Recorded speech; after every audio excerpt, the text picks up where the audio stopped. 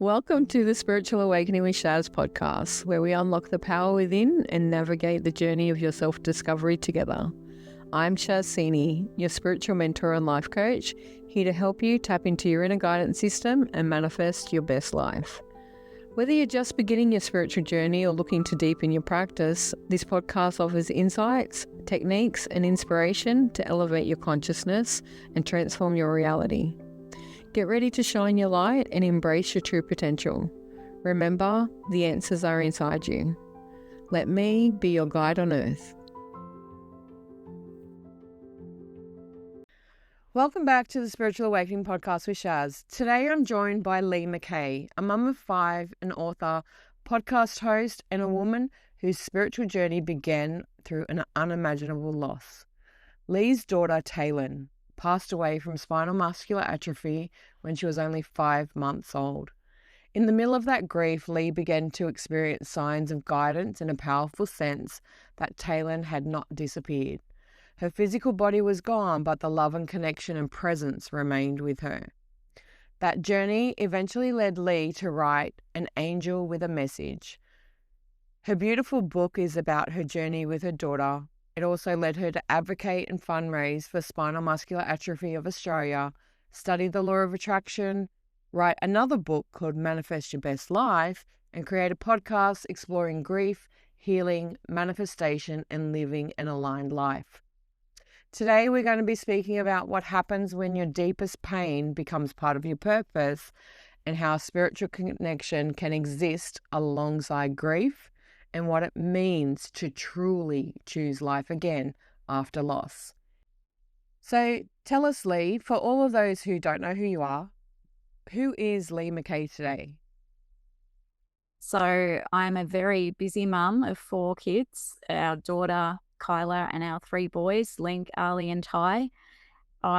Since Taylin passed away 18 years ago, we made it part of her legacy to live our best life. Firstly through fundraising and then going on and writing my book and then doing podcast, Manifest Your Best Life, and writing another book. So I just love to be able to help people and spread awareness of SMA and just living positively. And I think the message that I've recently been getting is it's okay to have grief and joy. They can coexist.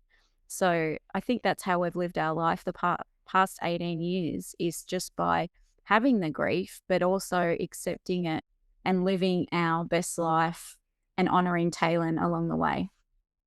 That is so beautiful. And it is. It's perfectly okay to have grief and joy. They can coexist in the same space. And people think that you never get over it. In many ways you don't, but you still have to live. And they never want us not to live in any way, shape or form. Can you tell us a little bit about that beginning journey? For those who've never heard of spinal muscular atrophy, what would you say about the disease, and how did having Taylin, experiencing that, alter who you are today? Yeah, so we had our first daughter, Kyla, and she was perfectly healthy. We had Taylin, and she was perfectly healthy as well. And then at 10 weeks old, she got really sick. She got pneumonia. She was airlifted to the Royal Children's. And we just thought it was pneumonia. She came home from that, and then she went back again on life support again. And this time I actually Googled it. I Googled muscle weakness in babies, and I rang the Royal Children's when she got home and I said, I think Taylin's got spinal muscular atrophy. And they said, don't be ridiculous. If she had that, she would never be able to come home. So I just had that feeling, that mum feeling, that was what she had. And I told the doctors that that's what I thought she had when we were airlifted again and went to Monash Clayton this time. And she was tested, and she had it. She was diagnosed with spinal muscular atrophy. We'd never heard of it before, but it's the biggest genetic killer in infants. 1 in 35 people, I think back then, were carriers. So Jace and I had to be carriers to be able to pass it on. And then you had a 1 in 4 chance or 1 in 5 chance of passing it on. So we've had 5 children, and 1 of them has had spinal muscular atrophy. We've got 4 that are healthy, but you could get 5 in a row. It just doesn't, it's whatever you get. It's like lotto, it's luck of the draw.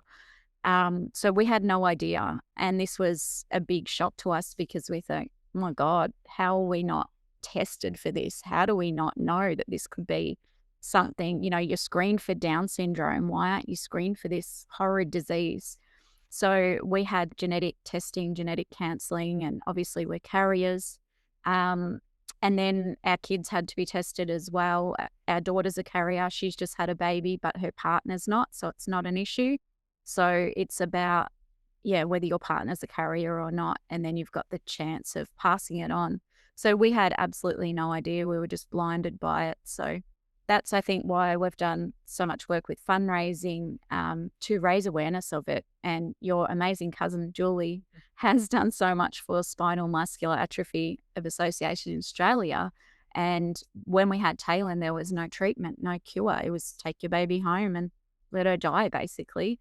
So it's amazing now that it's not only there's a treatment for it, there's a screening program for it as well. So you can make the choice to be screened for it before you have kids, which is incredible. And that was part of our Taylin's legacy and part of all of the SMA Angels legacy to have that screened. After we lost Taylin, I went to a clairvoyant and she told me that we agreed on this in our past human life to sacrifice a child so that our kids didn't have to. And that's the way I've lived since I heard that. Of course I'd do that for my kids. I would do that for them. And I have saved them now of going through that horrible pain that we went through.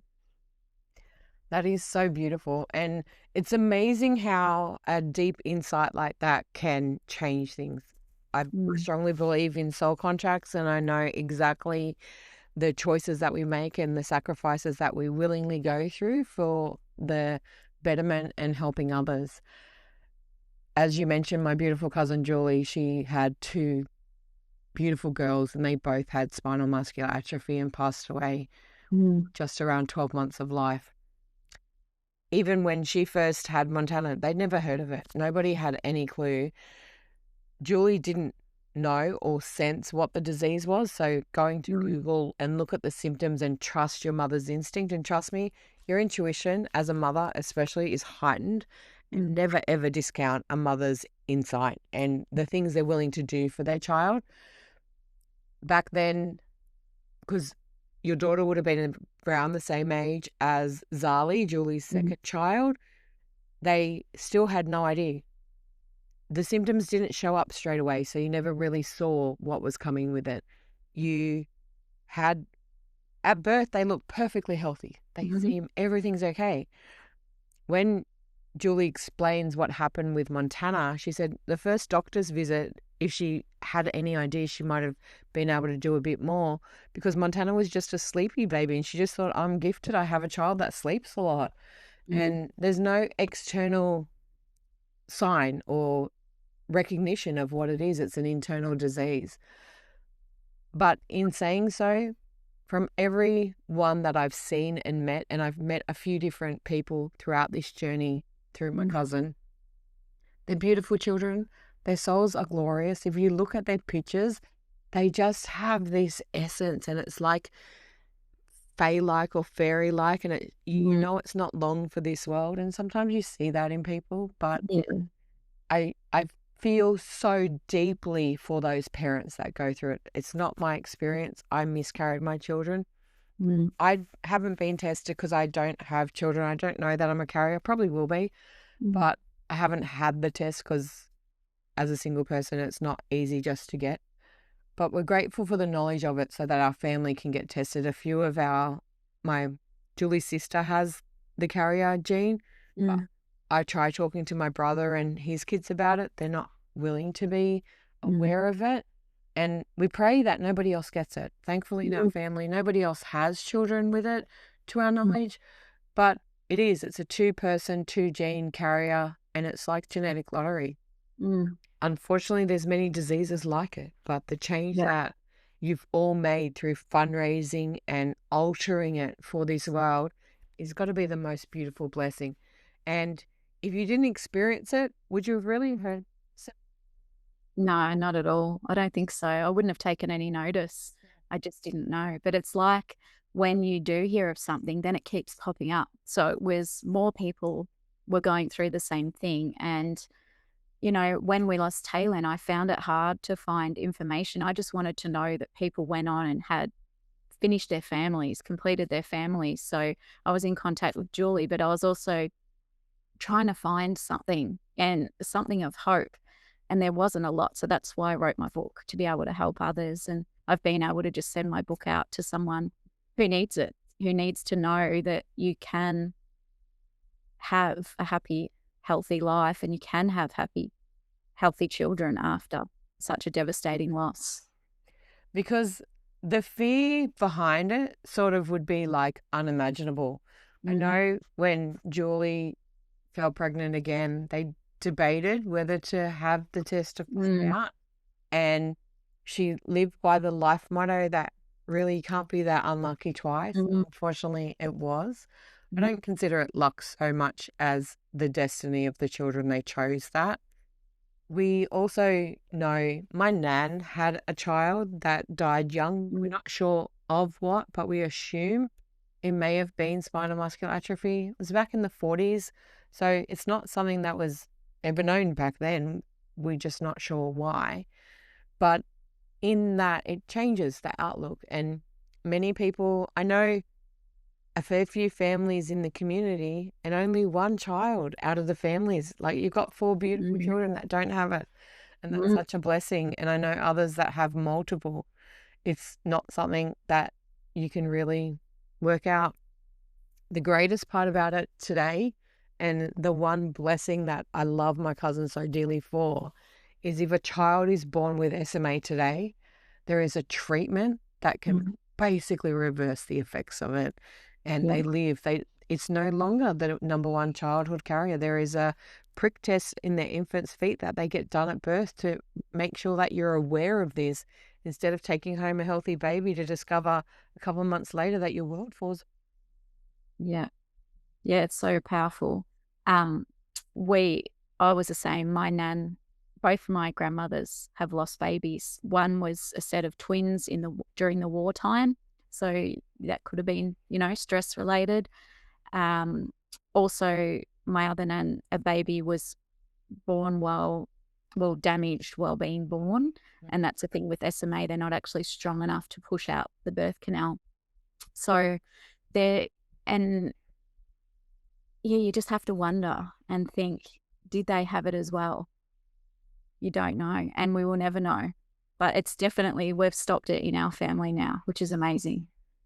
And if that's all you can do for your family is to heal the genetic line and change it, I'm sure we're all willing to stand up for that. And that's the part of spirituality that I do value and like. I actually had got a reading yesterday at church from one of our friends, and she was telling me my dad came through in spirit. I don't know who he is, but he's turned up in spirit a couple of times recently. And he straight out told me, I've changed the DNA in our family line. And that's through me and Julie, I believe, in the way that we've changed it. We've altered. Like, I've done a lot of energy work on this for our family and changed things. And even though I don't have children and I can't have children, it is changing the DNA through my whole family line to alter this. And I'm very privileged to be able to do that. It's hard to explain exactly how it happens, but I trust and believe it to be so. And my nephew, who has 2 beautiful children, they don't have it. And I assume that it won't happen again in our family line. That is my deepest wish and prayer. I also cannot change anybody else's life contract if they agree to that for themselves. I believe if something similar is going to happen, it won't be the same disease. Yeah, that's right. I mean, I don't regret, having Taylin, having had her for those 5 months was amazing. She was the most angelic little thing. Like you said, just her eyes was like looking into her soul. She had the most beautiful blue eyes, and you could just tell how beautiful her little soul was, even though she couldn't talk yet. She was just so calm. And I think that she was sent to calm me, to heal me, to show me strength. Like I wasn't a very strong person, I don't think, before, But now, oh my God, I feel like I can do anything because I watched what she went through and I thought if she could do what she could do, I can do anything. And she taught us so much. She taught us more than anyone or anything ever could. She just taught us so much. And we were only having 2 girls. We were done. I'd had a really terrible pregnancy with both girls. We were done. We weren't having any more kids. I said, no way. I'm not going through that again. But she just changed our whole perspective of, wow, we just want kids surrounding us. We want our family is so important. And we never thought we were going to have a son. And now we've got 3. And it's a crazy life, but we wouldn't change it because I never thought my husband was going to get a son. And to have now experienced boys is just incredible.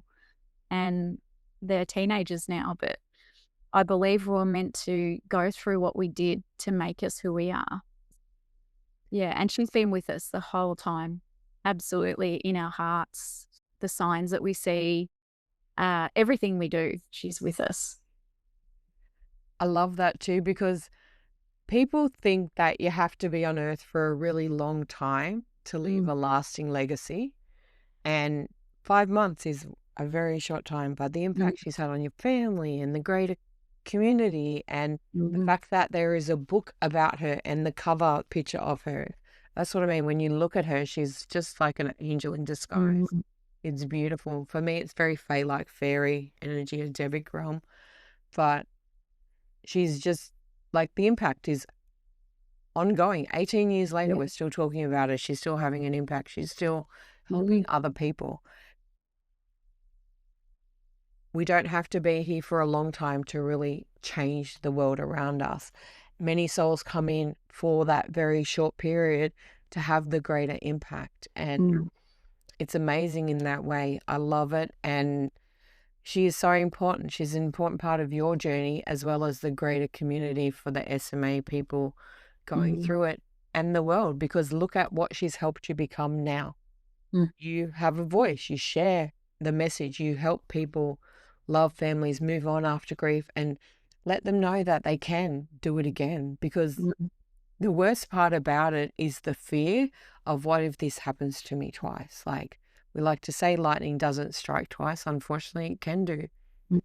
It doesn't have to be a bad thing. You will get through it. And she has given you strength. She is with you. You can see her sparkling in the background of your aura. It's glorious. I hope people watching the video can notice it as well. Yeah. Their spirit lives with us. They grow with us, and they inspire us each and every single day.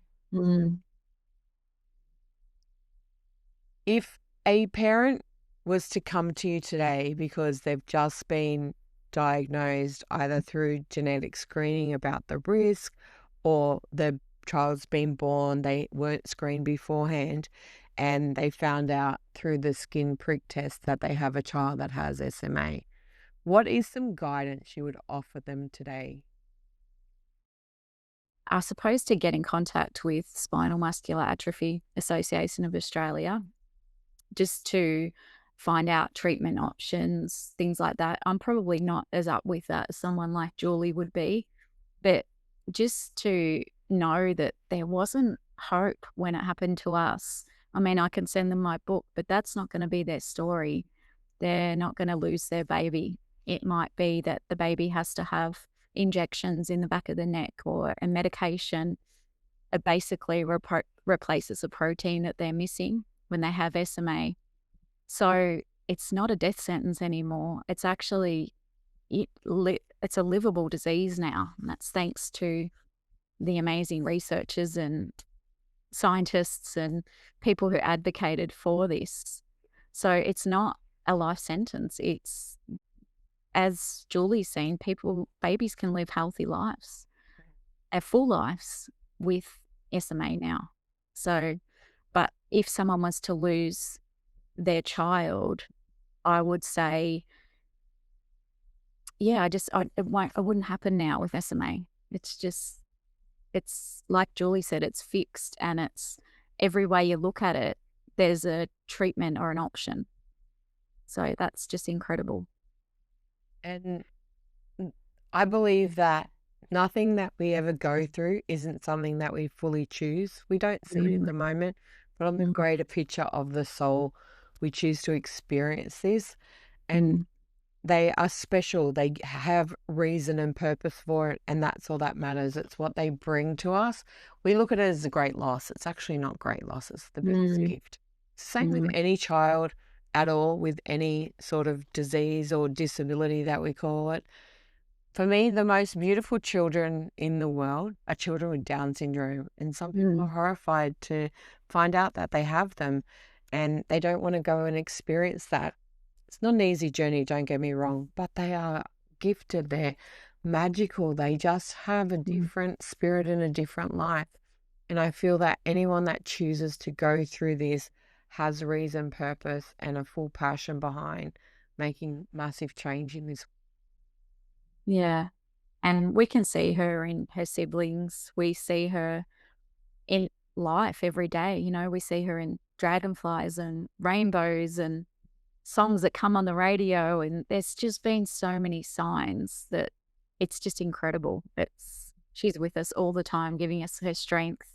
I've got her necklace, her name on my necklace, and I just hold that when I need a bit of strength. So she always inspires us and always gives us signs and lets us know that she's here and guides us. She's always been my guide, and how special to have that, your own personal guardian angel. It's the greatest gift that I have from my stepsister who passed away when she was just 20. She's turned into a spirit guide for me, and my twins as well. They would be the same age as Taylin. They would have been born in 2008 as well. Those connections are like sitting here talking to you. I have full body tingles. I can feel them all here. They are so excited to be part of the conversation. They love the frequency of it. They love their names being spoken into existence. And just the love is, I wish I could fully explain the encompassment of it. It's blissful. It's totally blissful. Would you mind sharing, on the night Taylin passed away, you mentioned in our pre-chat that you felt her presence and you had a very spiritual moment. Yeah. So while she was passing away in hospital, I was so worried that I hadn't been raised religious or anything. And I said to my dad, I don't think I want to bury Dad. I think I need to cremate her because I can't stand the thought of her little body in a little pink box in the ground. And Dad said to me, no, her body's just her casing. Her spirit will go and live on, and she'll be around you and in your heart and all of that sort of thing. And that's what's gotten me through the last 18 years, those words from my dad to say that she would be an angel and her spirit would live on. If I thought her body was in a box in the ground, I wouldn't be able to live. But I know that she's not there and she's with us. And at her funeral, we released some balloons and 2 eagles appeared and flew with the balloons, we believe, all the way to heaven, which was an amazing sign. And yeah, the night we got home after she passed away, I was just about asleep and I heard the words, "I'm okay, Mum. I'm all right. I'm safe." And it was so powerful. And I just said to Jace, oh my God, she's just come to me and told me she's okay. Because I was thinking, how am I ever going to sleep? How am I ever going to live? How am I ever going to get out of bed? How am I ever going to function? I've got to get up for my daughter. And just those words gave me so much peace and so much strength. And I thought, she is okay. She's okay and she's safe. She's with probably my grandparents and she's all right. She'll be okay. So I was able to sleep. I was able to get up the next day. I was able to live my life knowing that she was all right. And that was so powerful. That is the power of spirit and what they can do for you. I've had many experiences where loved ones have crossed over and they've come back with a message straight away. I know there are doubters out there that are going to say, as if she can do that, she couldn't talk. Spirit is more powerful than the human being and the form that we live in this moment. That peace that you got, it's life-changing, isn't it? Yeah, absolutely. Like, so life-changing. I love that. It's so gorgeous. From moving on from that, as you went and did all this beautiful fundraising for Mm. SMA and grew up with your family, birthed 3 beautiful boys afterwards and Mm. expanded your life, what actually led you into the full spiritual experience and to create a manifest? Yeah, I think it was just from the get-go, from that day she passed away, I needed something to get me through, and the spirituality is what got me through. And the fundraising was part of my purpose, I think, in this world and part of Taylin's legacy. It was a way that we could honor her, we could talk about her. I wrote her story when she was first started writing my book. So her story when she was sick in the Royal Children's Hospital, I wrote the first chapter at Ronald McDonald House.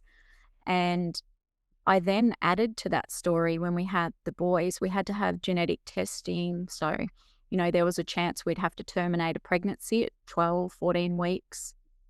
We had to have a CVS test, which was a horrible test, needle in the belly.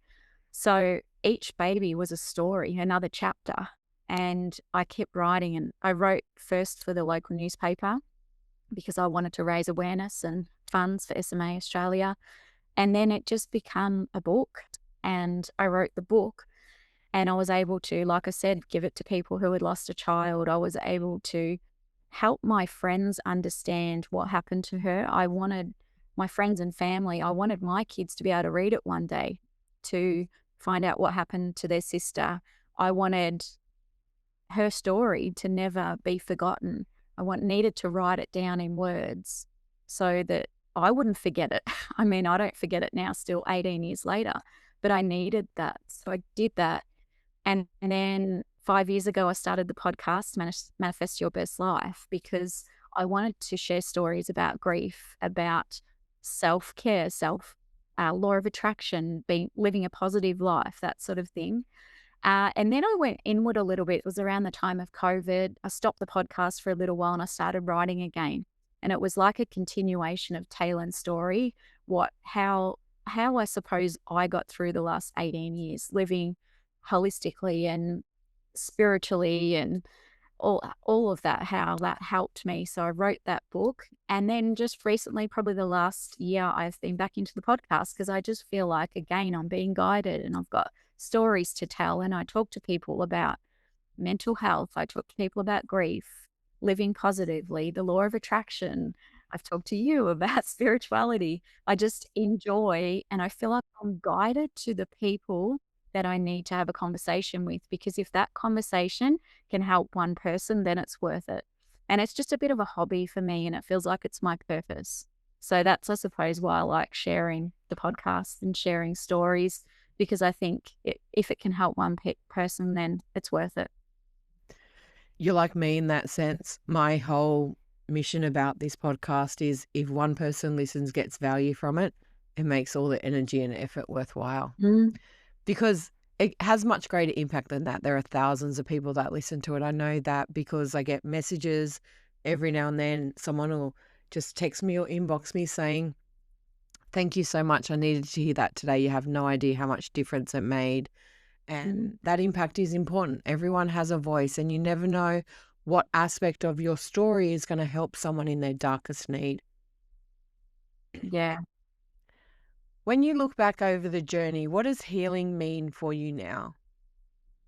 Healing, I think, is listening to your intuition, listening to your body. What is your body trying to tell you? Um, I love going for a walk every day. I see signs and just nature. I love nature. I love things like Reiki, kinesiology, naturopath. So I make sure that I do all of those every year, annually or biannually. I see the naturopath, the kinesiology, having a massage, just taking care of yourself, looking after yourself, eating healthy foods, but still enjoying yourself and having, I think, just your health overall depends on your happiness and your outlook, your positive outlook. Then that reflects on your relationships, your marriage, or your kids. Just being able to help people, I think, gives me joy. And yeah, I think that's how I live my best life. Hopefully, I answered your question with that.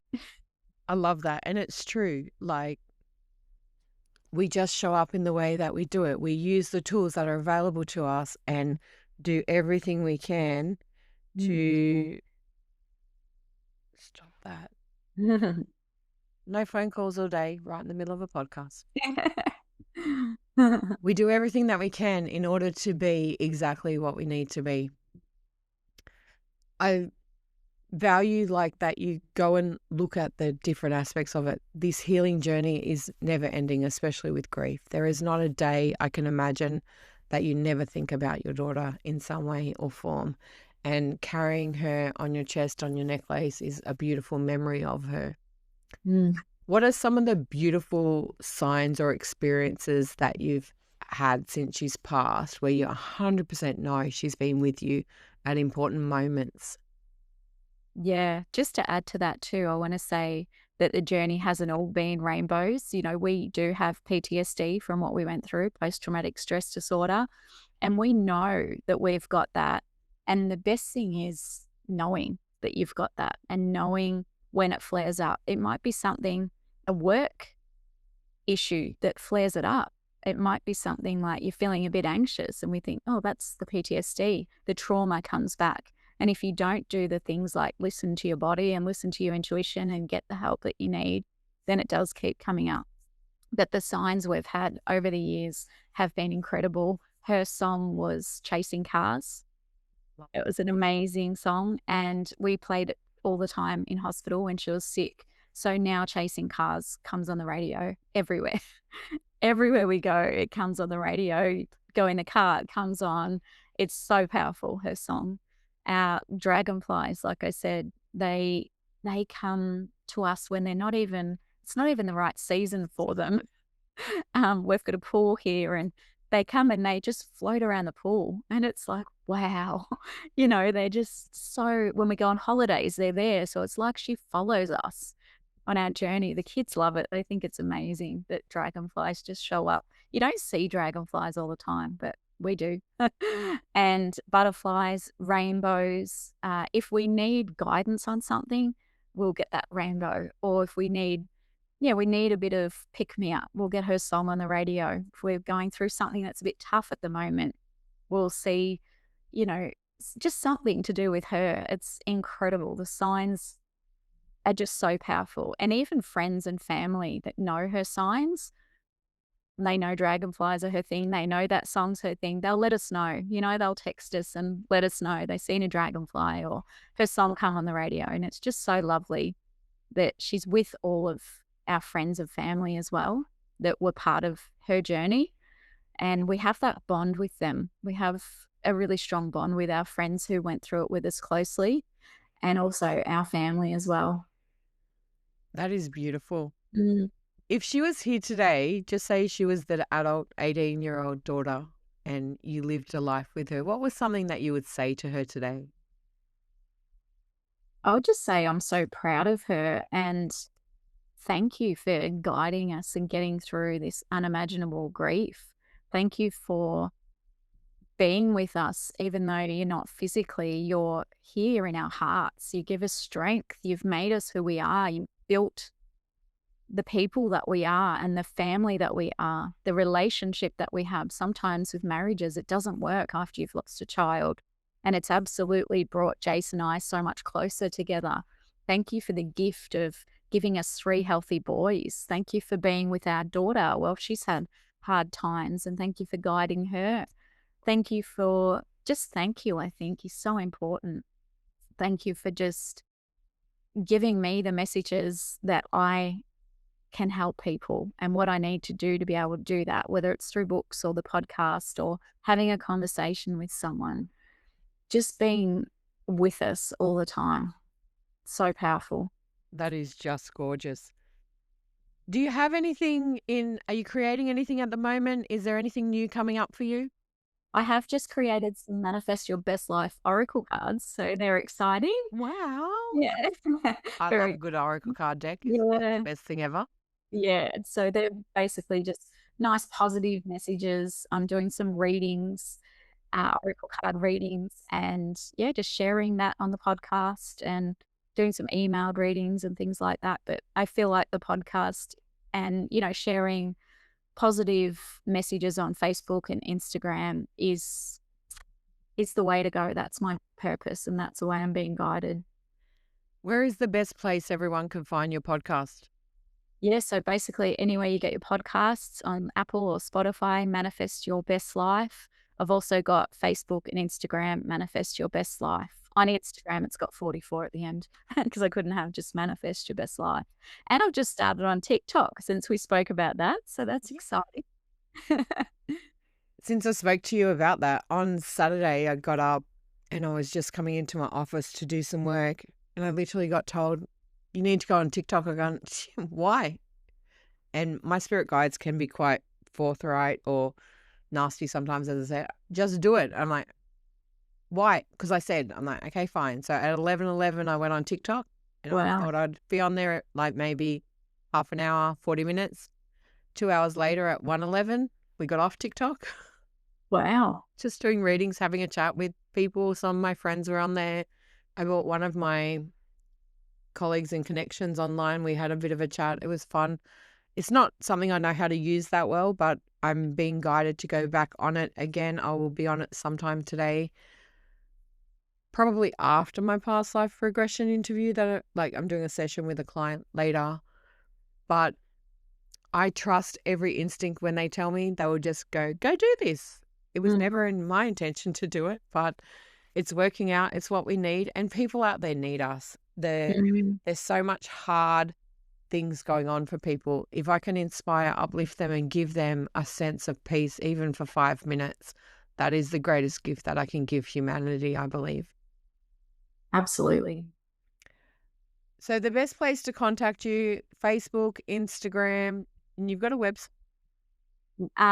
No, I just use LinkedIn. Yeah, But the that's link to that, for now, the link to that is on the Facebook and Instagram. And we'll put links to Lee's books and other details for you to connect with her.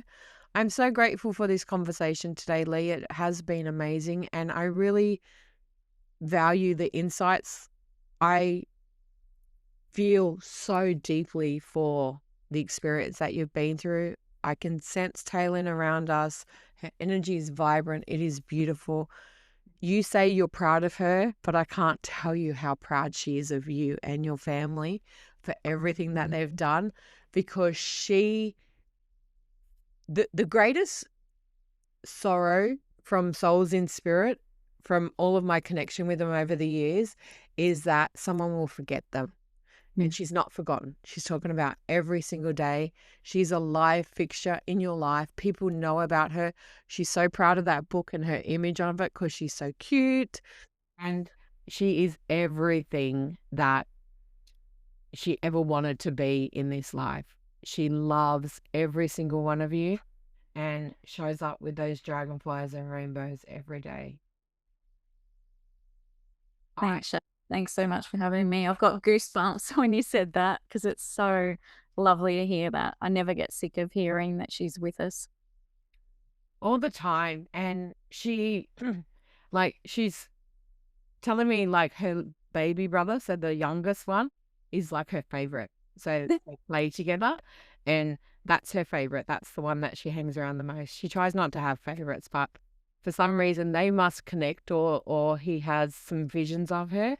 She goes, he's the one that I mess with the most. So Wow. love is beautiful, and she's a water baby. So you talk about your pool and she goes, no wonder I'm there, because she's anywhere where water is, she's there. She is highly connected to the water and has a beautiful vibration. Her only sorrow is that, in her opinion, she caused you grief, heartbreak, and that's not what she wanted. But at the same time, she knew that you would get through it. You offered this gift, and she's grateful for the experience for both of you. And tell Dad that I love him too, because she told you, but Dad hasn't heard it, but she loves Dad just as much. She's an integral part of your family, not forgotten. She's always remembered, and she's part of every aspect of your day. She values that highly. I feel that. Thank you. And I'll tell him that. He'll love hearing that. He absolutely adored her, and she adored him too. Yeah, she tells me that they had a bond. special bond. It was very special. And a mother and father's love. Like, she felt unconditional love even throughout it. Like, no matter what, you fought for her, you advocated for her, you stood up for her, and then you created a legacy for her, and she has had impact, and that's all she could ever ask for. And she says, I'm eternally written in the stars. So it's not like she's a blip on the radar that came and went, and no memory of her. She's solid and has purpose in this world, and it's beautiful. Thank you for all of that. And I'm once again so grateful for this conversation. It's beautiful. I know so many women out there, whether they have children who go through SMA or whether they have any loss in their life, who go through the grief process, that need to hear that you can get through it. You have the power behind you. There is support if you need it. Lee or I would gladly talk to anyone going through any suffering around grief, loss, or insecurity around spirit not being available to you. Don't suffer in silence. Reach out and ask for help when you need it. Community is everything, and that is what will help us all bring everything that we need in this world into oneness. For that is what we all here are for. Building the legacy, the power, and the message to share with others is the whole reason we go through these life events, and they change us intrinsically, and that wisdom is then there for other people to walk through. Thank you once again so much for this. I appreciated every moment of it, and I look forward to working out how we can connect again and what we can do in the future. Sounds great. Thanks, Shaz. Thanks so much for your time. Appreciate it. Thanks, everyone, for listening. Anytime. And thank you, everyone that has listened. Check out the show notes and all the details down below. Until next time. Thanks for listening to the Spiritual Awakening with Shaz podcast. Don't forget to like and subscribe down below so you don't miss an episode. You can also follow us on Facebook with the links below. Until next time, trust your intuition and let your spirit soar.